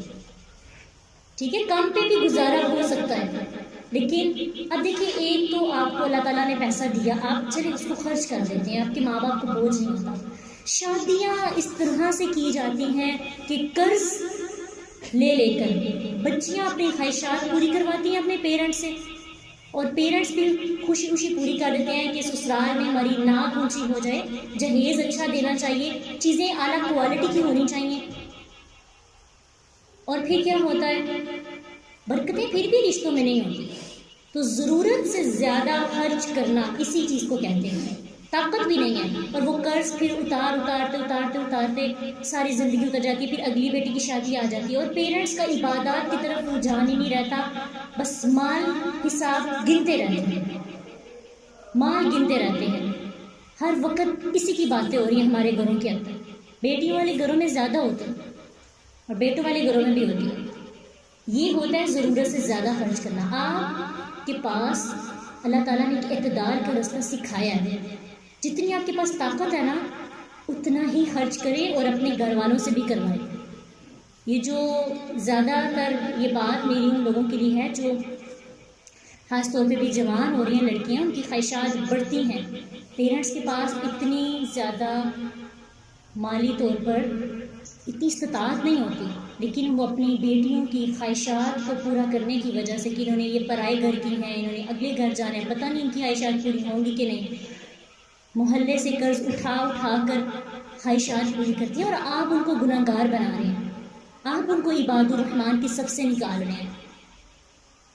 آپ اپنے ماں باپ کو ریلیکس رکھیں. یہ بھی ایک بہت بڑی خوبی ہوتی ہے عباد الرحمن. وہ اسراف نہیں کرتے, وہ ضرورت اور طاقت سے زیادہ خرچ نہیں کرتے. اس کو اس طرح ہی سیریس نہیں جیسے آپ نے عاجزی کو, رب کے ساتھ معاملے کو. دیکھیے اللہ نے یہ بات کہاں پہ کی, اس نے پچھلی بات کیا تھی, جہنم, اور اگلی بات کیا ہے, خرچ کرنا. یہ جو اللہ نے آیات جوڑی ہے نا, ترتیب رکھی ہے, ان ترتیب کے اندر بھی بڑی حکمتیں ہیں, تاکہ انسان ابھی اب ڈر رہے تھے, جہنم میں جانا نہیں چاہتے تھے, لیکن یہ چیز اپنے اندر آج پیدا کریں گے کہ میں نے ضرورت سے زیادہ نہ خرچ کرنا ہے نہ کروانا ہے, میں نے دوسروں کو ریلیکس رکھنا ہے, میری خواہشات نارمل ہونی چاہیے. ہر چیز برانڈیڈ لینا ضروری نہیں ہوتی, ہر چیز مہنگی لینا ضروری نہیں ہوتی. اللہ نے جتنی طاقت دی ہے اتنا خرچ کرنا ہے, اور جس کی ضرورت ہے وہ خریدیں. یہ چیز اپنے مائنڈ میں رکھیں. اور اسراف کی ایک دوسری قسم ہے تبذیر. اس کا مطلب ہے بلا ضرورت خرچ کرنا، یعنی ایک چیز تو تھی نا ضرورت سے زیادہ، ایک کی ضرورت ہی نہیں ہے، وہ آپ کی ضرورت نہیں ہے، وہ آ جاتا ہے آسائش کے اندر، سمجھ رہے ہیں؟ آسائشیں، خواہشات، اور جیسے آپ برتھ ڈے پارٹیز کا ارینجمنٹ کرتے ہیں، ان پہ تو خرچ کرنا ہی حرام ہے۔ کوئی شراب پہ خرچ کرتا ہے، جوئے پہ خرچ کرتا ہے، یا ایسے فنکشنز جس کا کوئی کانسیپٹ نہیں ہے، جس میں بے حیائی کے کام ہوتے ہیں، ان پہ خرچ کرتا ہے۔ آپ کا کوئی کالج میں کانسرٹ ہے، آپ اس کے لیے فیس پے کرتے ہیں، آپ یاد رکھیے آپ اپنے لیے جہنم کا ٹکٹ خرید رہے ہوتے ہیں۔ وہاں پہ کیا ہوتا ہے؟ آپ دینی محفلوں کے لیے، دینی مجلس کے لیے گھر سے نکل کے آتے ہیں، وہ تو آپ کے لیے صدقہ ہے۔ جب بھی پیسہ خرچ کرنا ہے اپنے ہاتھ سے تو بس یہ دیکھنا ہے اس کی مجھے ضرورت ہے کہ نہیں، کہیں میرا بلا ضرورت تو نہیں خرچ ہو رہا، تبذیر میں تو نہیں آ رہا، اور اگر آ گیا تو پھر میں نے عباد الرحمن کی صف سے نکل جانا ہے۔ اللہ کے بندوں کو مالی معاملات بھی اچھے طریقے سے کرنے آتے ہیں، خرچ کرنے کے معاملے میں بھی ان کی سمجھ بوجھ ہوتی ہے۔ اور پھر اگلی بات وَلَمْ يَقْتُرُوا، اسراف کی ضد ہے قطور، یعنی تنگی بھی نہیں کرنی، اتنا کنجوس بھی نہیں ہو جانا کہ آپ کے پاس اچھی سیلری ہے، اچھے پیسے ہیں اور آپ کھا پی بھی نہیں رہی، آپ کے پاس رقم ہے لیکن آپ اپنے اوپر خرچ بھی نہیں کر رہے۔ اللہ تعالیٰ کو پسند ہے کہ اللہ نے جو نعمتیں آپ کو دی آپ اس کو خود پر ظاہر کریں۔ تو یہ اعتدال کی راہ نا یہ انسان کو سیکھنی پڑتی ہے، یہ ایسے نہیں آ جاتی۔ وَكَانَ بَيْنَ ذَلِكَ قَوَامًا، اس سائڈ پہ ہے اسراف، اس سائڈ پہ ہے قطور، سامنے جانا ہے بالکل، یہ ہے صراط مستقیم، یہ ہے سیدھی راہ۔ قوامہ، دو چیزوں کے عین درمیان جو چیز ہوتی ہے نا اسے قوامہ کہتے ہیں، قوام۔ تو کنجوسی سے بھی بچنا ہے اور اسراف سے بھی بچنا ہے۔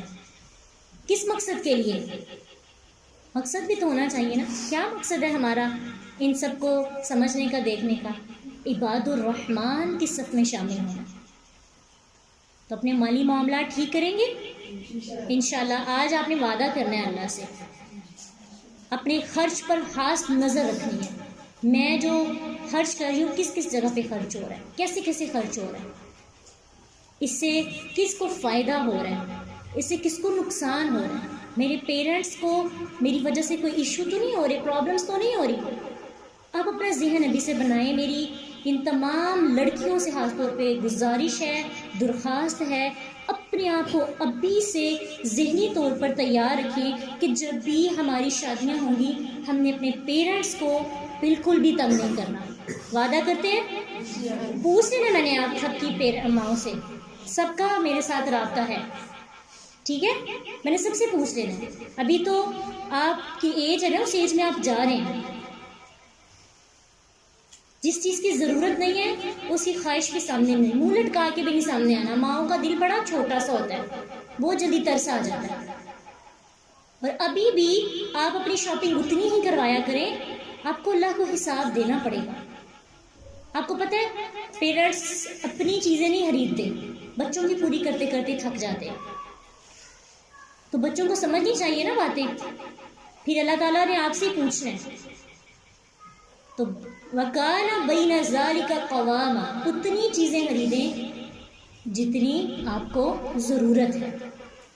ایک چیز یاد رکھیں، یہ میرا ایک پرسنلی ایکسپیرینس ہے، جب آپ ایک چیز آپ کے پاس ہوتی ہے نا تو آپ دوسری خرید لیتے ہیں، اس کی اتنی ضرورت نہیں ہوتی، پھر آپ دوسری ابھی گھر لے کے آتے ہیں، رستے میں تیسری کی خواہش بن جاتی ہے۔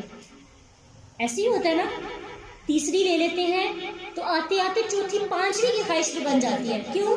کیونکہ تیسری کے ساتھ آپ کو دو اور پسند آ گئی تھی، لیکن آپ کے پاس پیسے نہیں تھے، آپ نے سوچا 2 ہفتوں میں پیسے جوڑ کے نا تو اب میں نے یہ لینے جانا ہے، ٹارگٹ رستے میں سیٹ ہو جاتا ہے، یعنی شیطان رستے میں ہی آپ کو ٹریک کر لیتا ہے، وہ کہتا ہے کہ یہ میرے جال کے قریب قریب آئی ہے، ابھی موقع ہے اس کو اپنے اندر جو ہے نا قید کرنے کا، تو وہ آپ کو جکڑ لیتا ہے، پھر آہستہ آہستہ آپ کی انٹینشنز ہی ایسی ہو جاتی ہیں، ہر وقت یہ سوچنا میرے کپڑے کتنے ہیں، میرے سوٹ کتنے ہیں، پریس کتنے ہوئے، سارا دن یہ کام کرتے رہتے ہیں. ایون کہ نماز کے اندر خوشبو بھی نہیں رہتا ان چیزوں کی وجہ سے. آئے دن کوئی نہ کوئی فنکشن ہو رہا ہوتا ہے. ہر فنکشن کو اٹینڈ کرنا ضروری نہیں ہوتا. آپ یہ چیک کیجئے کہ میرے فنکشنز کی وجہ سے میری عبادات کتنی ڈسٹرب ہو رہی ہیں.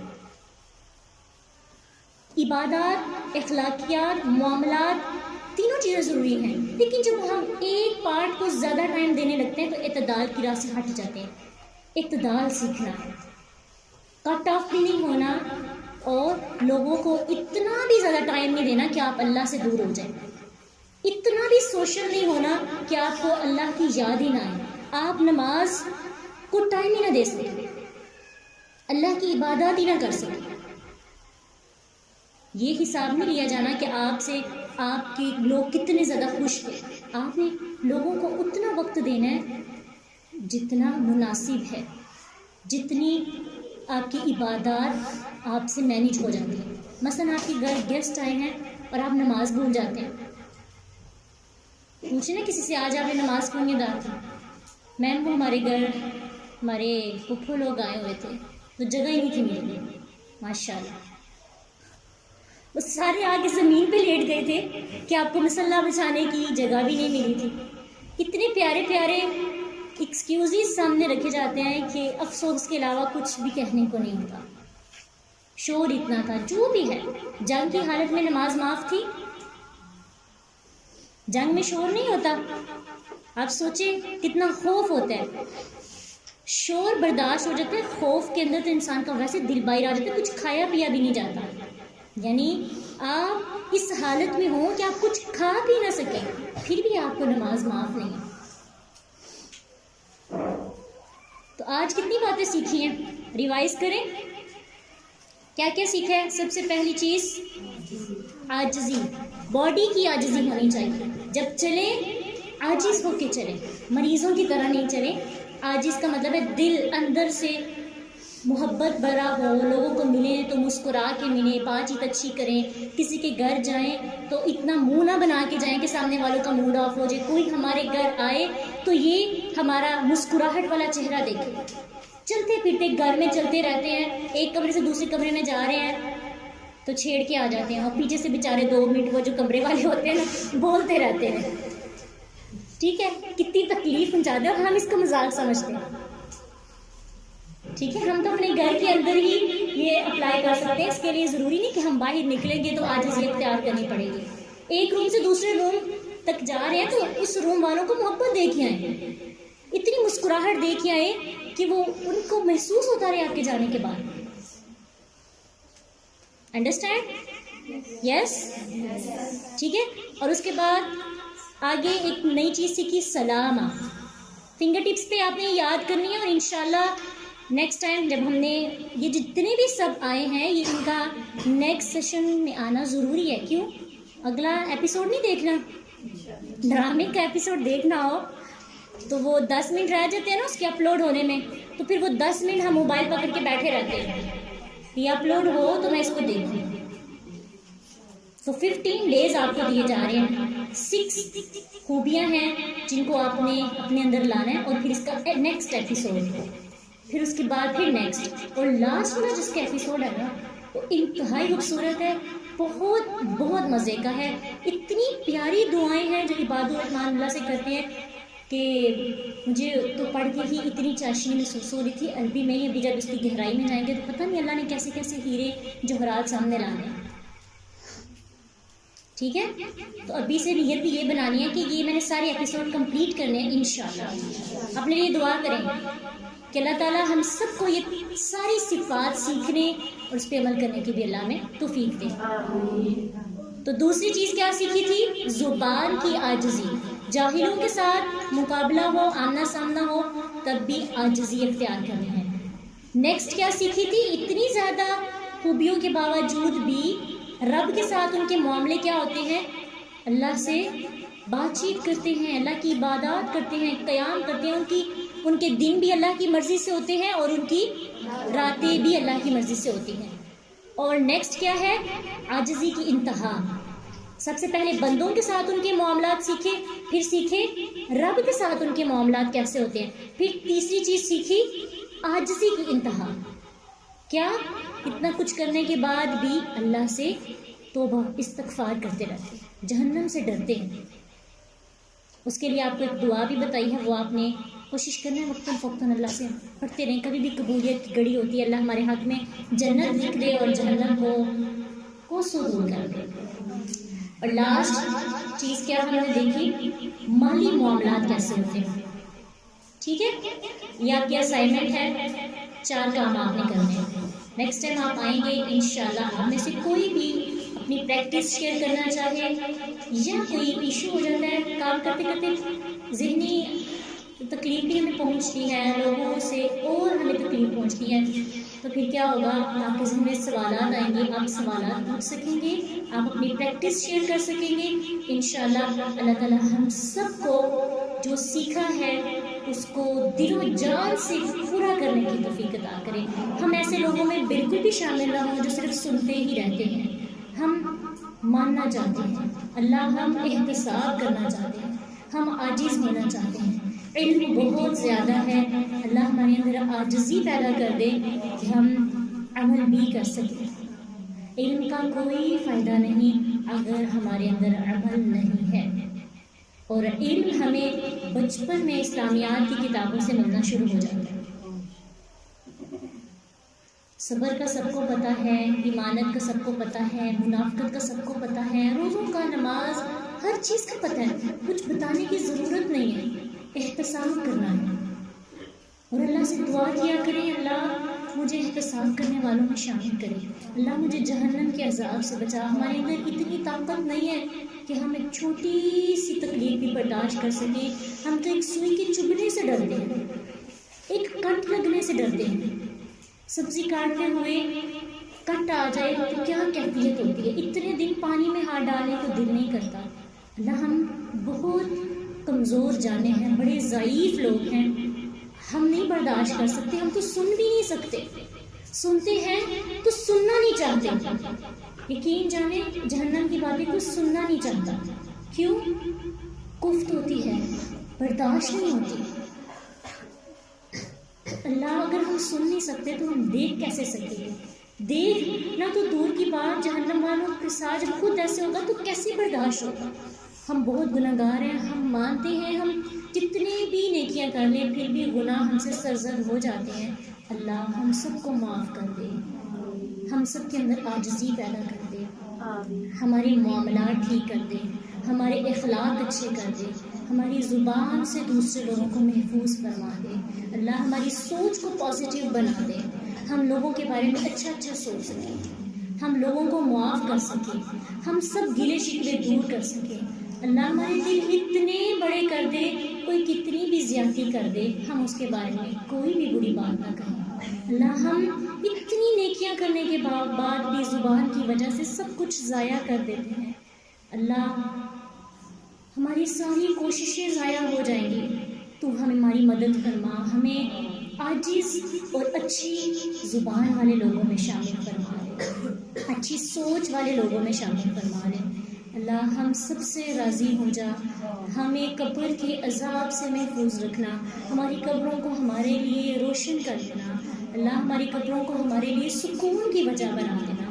اللہ ہمارے گھروں کو ہمارے لیے ایک مسجد کی طرح کا ماحول بنا دے، ہمارے بچوں کو نیک بنا دے. اللہ ہماری آنے والی نسلیں نیک بن کے آگے نکلیں اور اللہ ان سے دین کا اتنا کام لے کہ ان کو دین کی ملازمت عطا کر دے. اللہ تو ہی توفیق عطا کرتا ہے، تو چنتا ہے اپنے خاص بندوں کو. اللہ ہماری نسلوں کو اپنی دین کے خدمت گزار بندوں کے لیے چن دے. اللہ جن لوگوں کو اولاد کی ضرورت ہے ان کو نیک اور صالحہ اور خوبصورت اولاد عطا کر دے، ان کی سارے مسائل کو ختم کر کے، ان کی ساری بیماریوں کو دور کر کے ان کے لیے آسانی والا ماحول پیدا کر دے. ہم جہنم سے بچنے کے لیے تجھ سے التجا کرتے ہیں، اللہ ہمیں جہنم کی آگ سے بچا، ہمیں قبر کی عذاب سے بچا. اللہم انی اعوذ بک من عذاب القبر. اللہم انی اعوذ بک من عذاب القبر. اللہم انی اعوذ بک من عذاب القبر. اللہ ہم جنت کے اندر ایک گھر چاہتے ہیں، اس کے لیے ہمیں اتنا ظرف دے دے کہ کوئی ہم سے جان بوجھ کے لڑنا بھی جائے نا، ہم خاموش ہو کے وہاں سے چلے جائیں، کیونکہ ہم جنت لینا چاہتے ہیں نا، جہاں پہ نہ کوئی رکاوٹ ہوگی، نہ ہی کوئی شور ہوگا، نہ ہی کوئی حسد کرے گا ہم سے، نہ ہی کوئی ہمیں تکلیف دے گا، کوئی انسان ہمیں کچھ کہہ نہیں سکتا. کیوں نہ اس جنت کی تیاری کریں. تو اللہ ہماری راتوں کو بھی ہمارے لیے بہت خوبصورت بنا. ہم راتوں کو گناہ کرتے ہیں، تنہائیوں کے گناہ کوئی بندہ نہیں دیکھ سکتا، ہمارے ماں باپ نہیں دیکھ سکتے. اللہ ہمیں رات کی تنہائیوں کے گناہوں سے محفوظ فرما لے. اللہ ہمیں رات کی تنہائیوں کے گناہوں سے محفوظ فرما لے. اللہ ہمیں اتنا حیا دار بنا کہ ہم کبھی بھی حرام رشتوں، حرام کاموں میں نہ پڑیں. اللہ ہماری آنکھوں کے اندر، ہمارے دلوں کے اندر حیا پیدا کر دے. اللہ ہماری نوجوان نسلوں کے اندر حیا پیدا کر دے. ہمیں آخرت کی فکر، ہمیں دنیا کی لذتوں کو کاٹ دے. اللہ ہمیں قبر کی یاد اتنی آئے کہ لذتیں جو دنیا کی ہیں وہ ہم سے ختم ہونا شروع ہو جائیں. ہم تو جنت جانا چاہتے ہیں، اور جنت کی سب سے خوبصورت بات ہے کہ آپ کو دیکھنے کی توفیق ملے گی. اللہ ہم آپ کا دیدار کرنا چاہتے ہیں. آپ کے دیدار سے خوبصورت چیز کیا ہو سکتی ہے؟ ہمیں ان لوگوں میں شامل فرما جو تیرا دیدار حاصل کر سکے. ہم تیرے نبی کے پاس بیٹھنا چاہتے ہیں. اللہ ان کے صحابہ کے پاس بیٹھنا چاہتے ہیں، ان کے ہاتھوں پانی پینا چاہتے ہیں حوض کوثر کا. ہماری کرتوتیں، ہماری حرکتیں ویسی نہیں، لیکن تیرے سامنے اپنی عاجزی اور رحمتوں کا سوال کرتے ہیں. تیری رحمت ہے تو ہم سب کچھ حاصل کر سکتے ہیں. اللہ ہم سب پہ راضی ہو کر ہمیں نیک بندوں میں شامل کر دے، ہمیں صالحین کی صحبت عطا کر دے، ہمیں قرآن کی محبت عطا کر دے، ہمیں اتنی محبت عطا کر دے اللہ ہم اس کو کبھی نہ چھوڑ سکے. اس دنیا کی سب سے خوبصورت نعمت صرف قرآن ہے. جس کے پاس قرآن ہے اس کے پاس سب کچھ ہے. اللہ سبحانہ تعالیٰ قرآن میں فرماتے ہیں کہ دنیا والے جو کچھ جمع کر رہے ہیں ان سب سے بہترین چیز کیا ہے؟ قرآن. اللہ ہم دنیا کی سب سے قیمتی چیز حاصل کرنا چاہتے ہیں. ہمارا رشتہ کبھی قرآن سے ختم نہ ہو. ہم ہمیشہ قرآن کے ساتھ جڑے رہنا چاہتے ہیں. اللہ ابھی ہم اٹھ کے جائیں گے، دنیا کی خواہشات دوبارہ سے ہمیں آ گریں گی. ہم اس دنیا کی لذتوں کو نہیں کاٹ پاتے. شیطان ہر وقت ہمیں ورگلاتا رہتا ہے. اللہ ہماری نمازوں کے اندر اتنا خشوع، اتنی عاجزی پیدا ہو کہ ہم دوسری نماز کا انتظار کریں. ہر نماز کے بعد ہم تجھ سے قرآن مانگیں، اور جس کو قرآن مل جائے، جس کو نور مل جائے، جس کو ہدایت مل جائے، اس کی دنیا بھی سمجھ جاتی ہے اور آخرت بھی سمجھ جاتی ہے. ربنا آتنا فی الدنیا، دنیا بھی اچھی چاہتے ہیں. ربنا آتنا فی الدنیا حسنۃ وفی الآخرۃ حسنۃ وقنا عذاب النار. اللہ دنیا بھی اچھی عطا کر دے، آخرت بھی اچھی عطا کر دے. قبر کے عذاب سے، جہنم کے عذاب سے، دجال کے فتنے سے اللہ ہمیں محفوظ رکھنا، ہمیں اچھے اور نیک لوگوں کے اندر رکھنا. ہم اتنی طاقت نہیں رکھتے کہ لوگوں سے لڑائی جھگڑے کر سکیں. ہمیں ذہنی اذیت سے محفوظ رکھنا، ہمیں نیک اور صالح لوگوں کے اندر ہمیشہ شامل رکھنا. ہمارے اندر اتنی ہمتیں نہیں ہیں کہ ہم لوگوں کو معاف کر سکیں. اللہ ہمیں جھگڑوں سے، لڑائیوں سے محفوظ رکھیں.